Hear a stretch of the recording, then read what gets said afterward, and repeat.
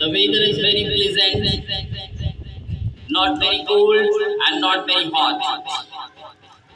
In such a time, we are celebrating our assembly. But one thing I am going to point out, the thing is, necessity is the invention of, necessity is the mother of invention. आवश्यकता आविष्कार की जननी है। इस बात पर मैं कहना चाहता हूँ, आप लोगों को बताना चाहता हूँ कि जितनी भी आवश्यकता होगी तो आविष्कार होंगे। जब जब परेशानियां आएगी तो निश्चित रूप से क्या होगा कि नए नए आविष्कार होते जाएंगे।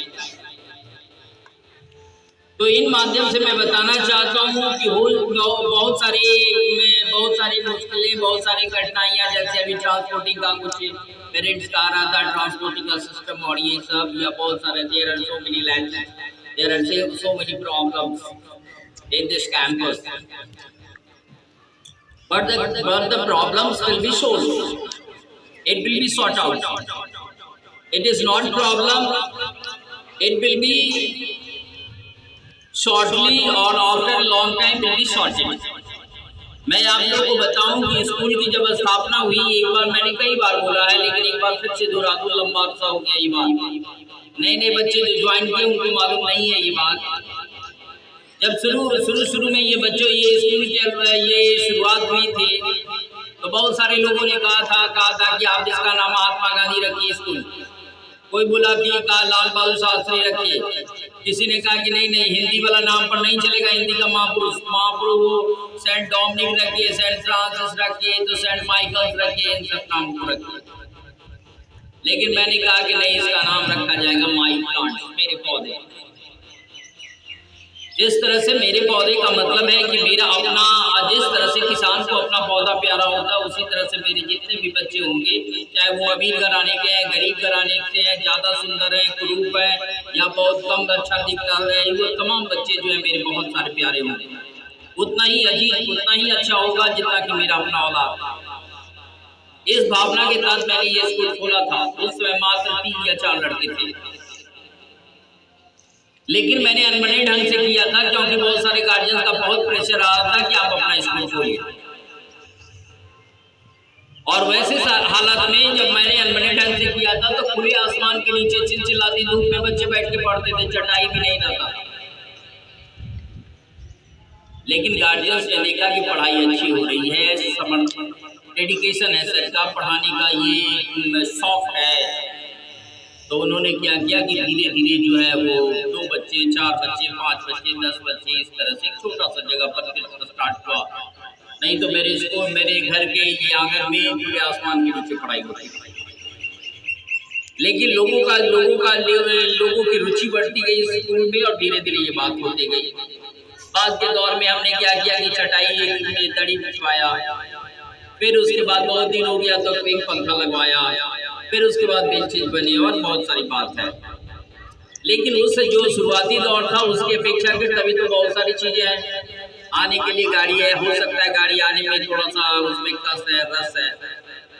दूसरी बात है बैठने के लिए, उठने के लिए, या बेंचेज के लिए, बहुत सारी। लेकिन सबसे इम्पोर्टेंट थिंग है, the most important thing is your study.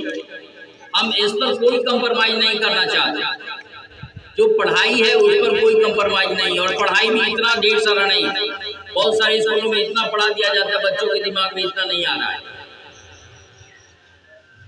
कई बार गार्जियंस को आप लोगों को भी बताया होगा कि जिस तरह से डॉक्टर जो है ज्यादा खुराक नहीं देता है, बहुत ज्यादा अगर बीमार है तो थोड़ा थोड़ा देता है, उसी तरह से पढ़ाई भी मैं थोड़ा थोड़ा सा करता हूँ, ताकि उतने बच्चे समझ सके, और धीरे धीरे करके वो ज्ञान की राशि आपका विशाल हो जाएगा, कल आप विद्वान की श्रेणी में आ जाएगा। अब मैं बात करने जा रहा हूँ कि जैसे अगर मान लिया जाए पढ़ने बैठने का प्रॉब्लम है कि गाड़ी में, तो सबसे पहले तो वैसे बच्चे जिन लोगों को मैं मना करने जा रहा हूँ कल की तारीख से, या कल या 1-2 रोज और वक्त देता हूँ, जिन लोगों का फीस अभी तक बाकी है, वैसे बच्चे अब स्कूल पे हुए, वैसे बच्चे गाड़ी से नहीं आएंगे।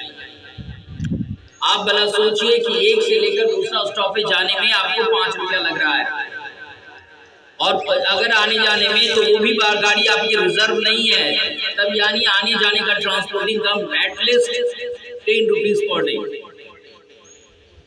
10 रुपया आपका पर डे है। वो भी आपके लिए सुरक्षित गाड़ी जाती है, आपको बैठा के लाती है, टाइम पर लाती है, तो सोचिए उसका भाड़ा क्या हो सकता है। लेकिन वो भी भाड़ा नहीं है। जब मैं गार्जियंस को बोलूंगा कि ट्रांसपोर्टिंग सिस्टम के लिए तो भाड़ा नहीं निकल रहा है, लेकिन बहुत सारे कंप्लेन आ रहे हैं कि मेरा बच्चा ये आ रहा है, तो सबसे पहले उन बच्चों को जिनका आपका फीस आपका बकाया है, तो हो सकता है 2-3 दिन आपको वक्त दिया जा रहा है, आप अपने सबसे पहले तो आप अपने फीस को जमा करें, तब हक से बात करें। और जहाँ तक ट्रांसपोर्टिंग की बात है, ट्रांसपोर्टिंग के लिए ट्रांसपोर्टिंग का जो फीस होना चाहिए वो फीस भी मैंने नहीं रखा, ताकि कमजोर से कमजोर जो है, साधारण से साधारण तबका का भी बच्चा पढ़ सके।